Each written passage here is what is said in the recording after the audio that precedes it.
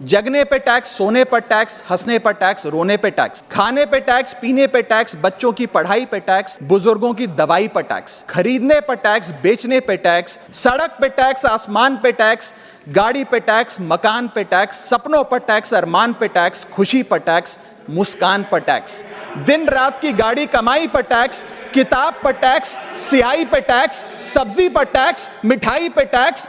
सरकार जनता से वसूल रही है बीजेपी से दिल लगाई पर टैक्स। जिन लोगों को अर्थशास्त्र के बारे में जानकारी नहीं है, उनकी राय पे अगर बजट बनाएंगे तो इसी प्रकार के फ्लिप फ्लॉप्स देखने को मिलेंगे। सिर्फ एक दिन के भीतर आपका टैक्स लायबिलिटी 27 लाख से बढ़कर 50 लाख हो जाती है।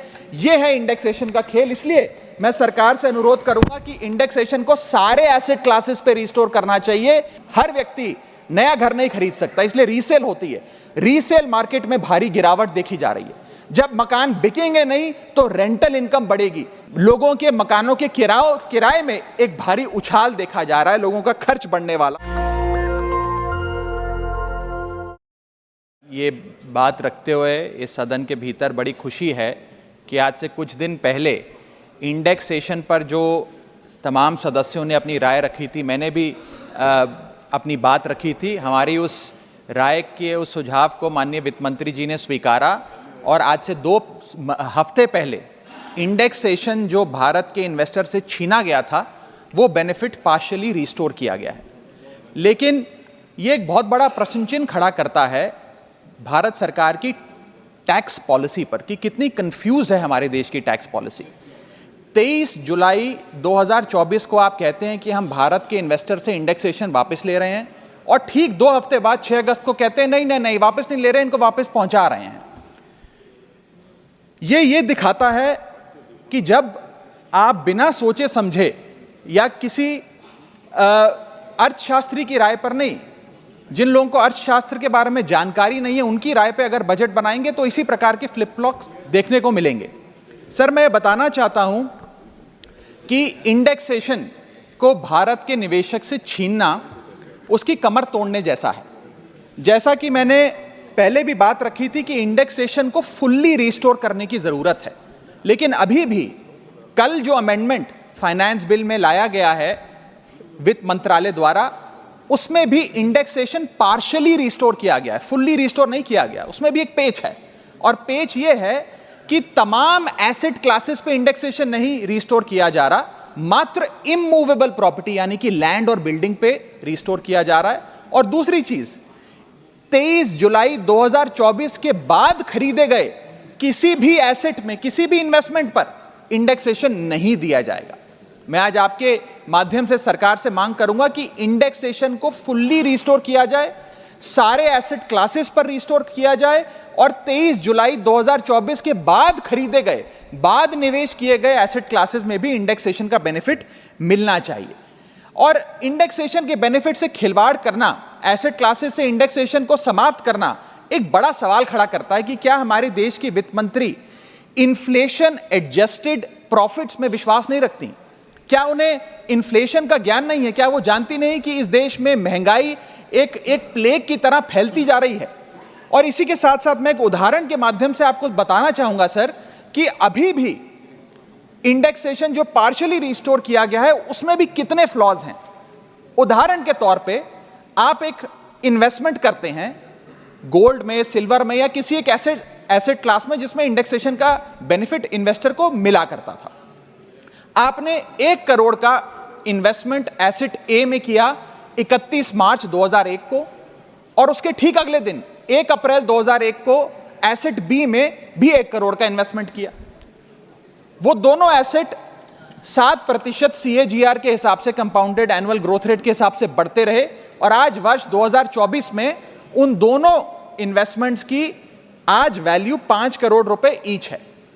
अब आप ये दोनों एसेट ए और एसेट बी बेचते हैं बाजार में वर्ष 2024 में और दोनों पे अलग अलग टैक्स आपको देना पड़ता है। ये मैं आपके सामने दर्शाना चाहता हूं। जब आप एसेट ए बेचते हैं जो आपने 31 मार्च 2001 को खरीदा, यानी कि 1 अप्रैल 2001 से पहले, तो आपको इंडेक्सेशन का फायदा मिलेगा।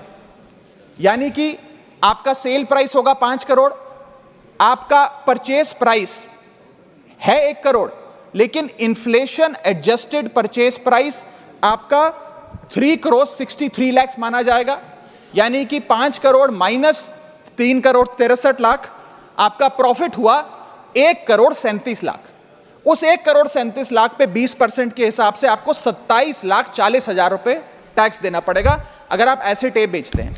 लेकिन जब आप एसेट बी बेचते हैं, जिसपे आपको इंडेक्सेशन का फायदा नहीं दे रही सरकार, क्योंकि वो आपने अगले दिन दूसरे वित्तीय वर्ष यानी कि 1 अप्रैल 2001 को खरीदा, तो आपकी सेल प्राइस है 5 करोड़, आपकी परचेज प्राइस है 1 करोड़, आपका मुनाफा हो गया 4 करोड़ का, और 4 करोड़ पे 12.5% के हिसाब से आपको टैक्स देना पड़ेगा, जो कि है 50 लाख रुपए। यानी कि एसेट ए जो आपने 31 मार्च को खरीदा 1 करोड़ का, 31 मार्च 2001 को, और आज आप उसे 5 करोड़ का बेचते हैं, तो आपको मात्र 27 लाख रुपए इनकम टैक्स देना पड़ता है।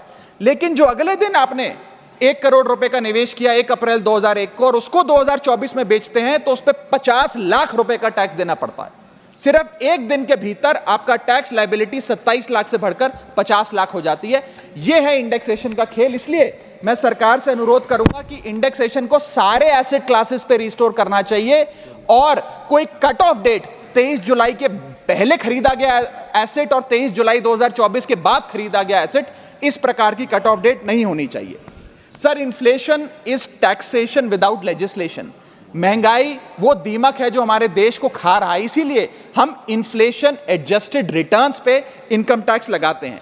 और अगर हम ये सोच रहे हैं कि कल की जो अमेंडमेंट हुई इससे रियल एस्टेट मार्केट में को बड़ा उछाल आ जाएगा, तो ऐसा नहीं आने वाला सर। आज हमारे होम बायर्स हो या इन्वेस्टर्स हो, वो रियल एस्टेट खरीदने से बचेंगे, क्योंकि 23 जुलाई 2024 के बाद खरीदा गया जो भी एसेट है उस पर तो इंडेक्सेशन मिलेगा नहीं। आपने मात्र 23 जुलाई से पहले खरीदे गए एसेट्स पे इंडेक्सेशन दिया, और इसी के साथ साथ एक बहुत बड़ी रीसेल मार्केट हिंदुस्तान में रियल एस्टेट की, क्योंकि हर व्यक्ति नया घर नहीं खरीद सकता, इसलिए रीसेल होती है। रीसेल मार्केट में भारी गिरावट देखी जा रही है। जब मकान बिकेंगे नहीं तो रेंटल इनकम बढ़ेगी, लोगों के मकानों के किराए में एक भारी उछाल देखा जा रहा है, लोगों का खर्च बढ़ने वाला। और इसी के साथ साथ जो फॉरेन इन्वेस्टमेंट भारत के रियल एस्टेट में होता है वो भी गिरने वाला है, ऐसी मैं आज इस सदन में भविष्यवाणी करता हूं। इसके साथ साथ रिटेल इन्वेस्टर यानी कि भारत के मिडिल क्लास की कमर तोड़ने का काम सरकार ने कैसे किया। एक ही बजट में शॉर्ट टर्म कैपिटल गेन को 15% से बढ़ाकर 20% कर दिया, और उसी बजट में लॉन्ग टर्म कैपिटल गेन को 10% से बढ़ाकर 12.5% कर दिया इक्विटी पे और अन्य पदार्थों पे। यानी कि आप एक ही बजट से तमाम तरीके के इन्वेस्टर्स जो शॉर्ट टर्म के लिए एक छोटी अवधि के लिए एसेट खरीदते हैं या लंबी अवधि के लिए एसेट खरीदते हैं, दोनों की कमर आपने तोड़ने का काम किया, और इस देश में रिटेल इन्वेस्टर को कुचलने का काम यह सरकार करने जा रही है। मैं आपके माध्यम से अनुरोध करूंगा कि don't take middle class retail investor for granted. हमें कैसे फाइनेंशियल इंक्लूजन इस देश में बढ़ानी है उस दिशा में काम करना चाहिए, ना कि कैसे हम इस देश में इन्वेस्टर्स, हाउस होल्ड इन्वेस्टमेंट्स और रिटेल इन्वेस्टमेंट्स को कम करें, उस सिलसिले में हम काम करें। मेरा दूसरा भाग आज के वक्तव्य का है जीएसटी पर। पहले तो मैं सरकार के मंत्री नितिन गडकरी जी का जो एक चिट्ठी सामने आई, उन्होंने अपनी सरकार के वित्त मंत्री को चिट्ठी लिखते हुए कहा कि लाइफ इंश्योरेंस और हेल्थ इंश्योरेंस पर जो 18% जीएसटी लगाया उसे वापस लिया जाए। मैं उनकी इस मांग का समर्थन करता हूं और सरकार से मांग करता हूं कि हेल्थ और लाइफ इंश्योरेंस पर कम से कम हम जीएसटी ना लगाएं। ये कोई लग्जरी गुड या लग्जरी प्रोडक्ट नहीं है। और मुझे ये बताते हुए खुशी है सर कि parliamentary standing committee on finance की आज से 6 महीने पहले रिपोर्ट आई थी, जिसका हिस्सा मैं भी था। मैं भी parliamentary standing committee on finance का सदस्य हूं, जिस समिति ने अपने पैरा नंबर 2.10 में साफ तौर पे सरकार से अनुरोध किया कि हेल्थ इंश्योरेंस और लाइफ इंश्योरेंस पर जीएसटी कम किया जाए, समाप्त किया जाए, ना लगाया जाए। मैं पढ़ के वो अंश आपको सुनाना चाहूंगा। The committee feels that there is a need to rationalise the GST rate on insurance products, especially health and term insurance, which is 18% at present. The high rate of GST results in a high premium burden which acts as a deterrent to getting in insurance policies. The committee, with a view to make insurance more affordable, recommends that GST rates applicable to health insurance products, particularly retail policies, etc., should be reduced हमारा यह प्रयास होना चाहिए कि एक परिवार, sir बस समाप्त कर रहा हूं, अभी तो मेरा समय रह गया, 1-2 मिनट आप थोड़ा ज्यादा दे दीजिएगा तो सर कुछ फर्क नहीं पड़ेगा, मैं अपनी बात समाप्त कर लूंगा। हेल्थ इंश्योरेंस पे और लाइफ इंश्योरेंस पर हमें टैक्स समाप्त करके लोगों को इंसेंटिवाइज करना चाहिए कि ज्यादा से ज्यादा परिवार भारत के हेल्थ इंश्योरेंस के कवर में आए, लाइफ इंश्योरेंस के कवर में आए, जो मैं सरकार से मांग करूंगा। और सर एक बड़ा इंपॉर्टेंट पहलू मैं आपके सामने हाईलाइट करना चाहूंगा, इस देश में इन्फ्लेशन पर भी जीएसटी लग रहा है। वो कैसे लग रहा है? एक प्रोडक्ट जो 100 रुपए का बिकता था उस पर 18% जीएसटी हुआ करता था, आज वो वस्तु महंगी हो गई, 100 से 150 रुपए की बिकने लगी, अब 18% 150 रुपए पे लगने लगा, यानी कि 50 रुपए की जो महंगाई है उस पर भी सरकार जीएसटी लेने लग गई है, which is GST on inflation. मैं चाहूंगा कि सरकार इस पर विचार करे। और अंत में सर अपनी बात समाप्त करने से पहले एक और दिलचस्प मुद्दा आपके समक्ष रखना चाहूंगा, which is problem of multiple taxation. हम लोग एक ही चीज पर न जाने कितनी बार टैक्स भरते हैं। जैसे कि जब आप पैसा कमाते हैं तो इनकम टैक्स भरते हैं, उस इनकम से आप गाड़ी खरीदते हैं तो गाड़ी खरीदने पर जीएसटी देते हैं, जब गाड़ी खरीदते हैं तो रोड टैक्स भी सरकार आपसे वसूलती है, फिर रोड डेवलपमेंट सेस भी आपसे लेती है, अब आप मोटर इंश्योरेंस भी कराएंगे गाड़ी का तो उस पर भी जीएसटी लेती है, और उसके बाद आप जब पेट्रोल या डीजल भरवाएंगे उस पर भी सेस और वैट लेती है, और अंत में जब आप अपनी गाड़ी को सड़क पर चलाएंगे तो टोल टैक्स के नाम पर जनता से पैसा वसूलती है। That is multiple taxation points. इतने सारे टैक्सेशन ओवरलोड कर कर हम इस देश के आम आदमी का खून चूस रहे हैं सर। और सबसे बड़ी प्रॉब्लम इस देश की आज जो बनती जा रही है आम आदमी के लिए वो है टोल टैक्स।